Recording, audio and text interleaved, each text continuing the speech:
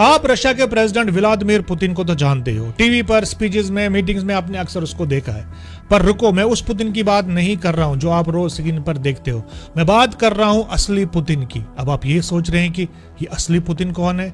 Internet पर एक काफी शॉकिंग थ्योरी चल रही है और इसको सुनने के लिए थोड़ा ओपन माइंड रखना पड़ेगा। कुछ लोग मानते हैं कि पुतिन आज दुनिया को दिख रहा है वो असली पुतिन नहीं है। थ्योरी ये कहती है कि रियल व्लादिमीर पुतिन जो है वो सीक्रेटली चाइना के बीजिंग में रह रहा है। Full luxury life, no tension, no politics. और जो बंदा आप टीवी पर देख रहे हो वो सिर्फ एक बॉडी डबल है। जी हाँ, उसका कोई डुप्लीकेट है। यहां तक कहा जाता है कि अगर इस पुतिन को कुछ हो भी जाए तो असली वाला शायद कहीं बैठकर स्माइल कर रहा हो। अब ये थ्योरी आई कहां से? देखिए, लोगों ने पुतिन के पुराने फोटोज और आज के वीडियोस को कंपेयर किया है, स्पेशली उनके फेस और चिन एरिया को। जी हाँ, काफी लोगों ने कहा है कि डिफरेंस बहुत ज्यादा है।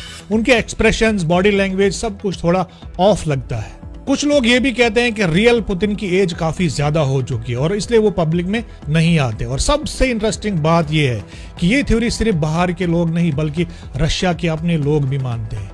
अब एक बात क्लियर कर लेते हैं, इसका मतलब ये बिल्कुल नहीं है कि सब 100% सच है। ये सिर्फ एक थ्योरी है और थ्योरी यू टर्न भी लेती है।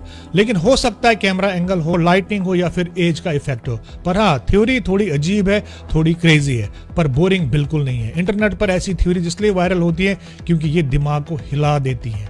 आपको क्या लगता है कि पुतिन एक ही है या फिर कहानी कुछ और है? सोचो जरा, आप बीच पर घूम रहे हो और अचानक आपको एक बहुत लंबी चमकती हुई मछली दिख जाती है और लोग चिल्लाने लगते हैं कि ये देखो, डूम्सडे फिश आ गई, यानी कयामत के दिन की फिश आ गई है। इंटरनेट पर एक ही बात फैल जाती है, अब कुछ बड़ा होने वाला है। कुछ लोग तो सीधा बोल देते हैं कि प्रलय यानी कि कयामत आने वाली है। इस मछली का नाम है ओर फिश। जी हाँ, ओर फिश। और इसके बारे में माना जाता है कि जब जब ये समंदर से बाहर निकली है तब तब दुनिया में कुछ बहुत बुरा हुआ है। पर सवाल ये है कि क्या सच में ये मछली खतरे का सिग्नल होती है, या ये खतरा सिग्नल करती है, या फिर ये सिर्फ इंटरनेट का डर है? चले आराम से समझते हैं। कुछ टाइम पहले वेस्टर्न कंट्रीज में, कनाडा, अमेरिका जैसे जगहों पर ये ओर फिश समंदर के बाहर मरी हुई मिली और बस फिर क्या था कि सोशल मीडिया पर शोर मच गया। लोगों को याद आ गया कि 2011 का जापान अर्थक्वेक और सुनामी, और उससे कुछ दिन पहले ही कई और फिश जो है वो समंदर के बाहर दिखी थी। और तब से एक कहानी चल पड़ी, और फिश दिखे तो डिजास्टर पक्का। पर साइंस क्या कहती है? देखो, समंदर के अंदर रहने वाली कुछ मछलियां बहुत सेंसिटिव होती है।